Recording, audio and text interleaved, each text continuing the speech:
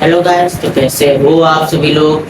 तो आज हम हमारा कंप्यूटर आर्किटेक्चर एंड ऑर्गेनाइजेशन का लेक्चर नंबर 3 लेकर आए हैं। इससे पहले वाले वीडियो में हमने देखा था कि सीपीयू क्या होता है। सीपीयू बेसिकली कंप्यूटर का मेन ब्रेन होता है। जैसे ह्यूमन बॉडी में ह्यूमन ब्रेन काम करता है, सेम उसी तरह कंप्यूटर में सीपीयू काम करता है। तो पिछले वीडियो में हमने ये पढ़ा था। इस वीडियो में हम पढ़ने वाले हैं मेमोरी क्या होती है। मेमोरी क्या होती है, इस वीडियो का आज का हमारा टॉपिक मेमोरी ही होने वाला है। आज हम पूरा मेमोरी के बारे में समझेंगे। मेमोरी क्या होती है, कितने प्रकार की होती है, उसके क्या क्या एग्जांपल्स होते हैं। ठीक है, तो सबसे पहले आइए शुरू करते हैं आज के टॉपिक को। तो बने रहिए हमारे साथ, चलिए शुरू करते हैं। मेमोरी कंप्यूटर का वह पार्ट है। मेमोरी बेसिकली कंप्यूटर का वो भाग है जहां डाटा और इंस्ट्रक्शन स्टोर होते हैं। जो डाटा और इंस्ट्रक्शन हमारे द्वारा उनको दिए जाते हैं सीपीयू को, वो इंस्ट्रक्शन क्या होता है, मेमोरी में जाके स्टोर हो जाते हैं। सिंपल अगर मैं समझाऊं, कंप्यूटर जो भी इंफॉर्मेशन या प्रोग्राम यूज करता है वो मेमोरी में स्टोर होता है।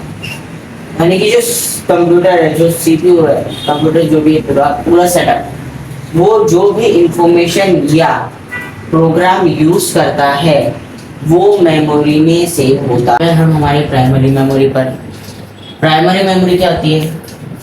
Primary memory is the main memory of a computer that is directly used by the computer. Primary memory वह मेमोरी है, मैं इसको एक बार आराम से बताऊँ। प्राइमरी मेमोरी कंप्यूटर की मेन और फास्ट मेमोरी होती है जिसे सीपीयू डायरेक्टली यूज करता है। ठीक है, अब इसके दो टाइप्स हमने देखे थे एग्जांपल, जैसे रैम और रोम देखे थे, दो टाइप्स। आगे रैंडम एक्सेस मेमोरी यानी कि RAM, रैंडम एक्सेस मेमोरी। एक टेम्पररी मेमोरी है जो पीसी चालू होने पर डाटा सेव और बंद होते ही डिलीट कर देते हैं। बेसिकली जो रैम है, रैंडम एक्सेस मेमोरी जो है हमारी, वो क्या है, एक टेम्परेरी मेमोरी है। टेम्परेरी मेमोरी मतलब कुछ देर के लिए वो डाटा को क्या करती है, स्टोर करती है।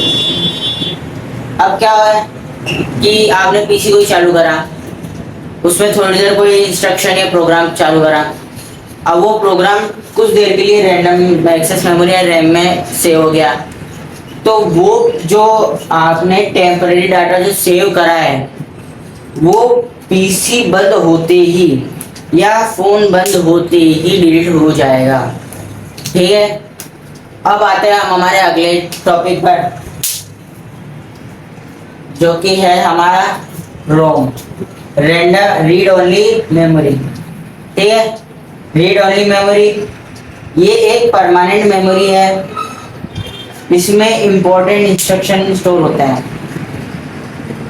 ये जो है ये एक परमानेंट मेमोरी है, मतलब इसमें जो चीज़ आप सेव करोगे वो हमेशा के लिए सेव होगी।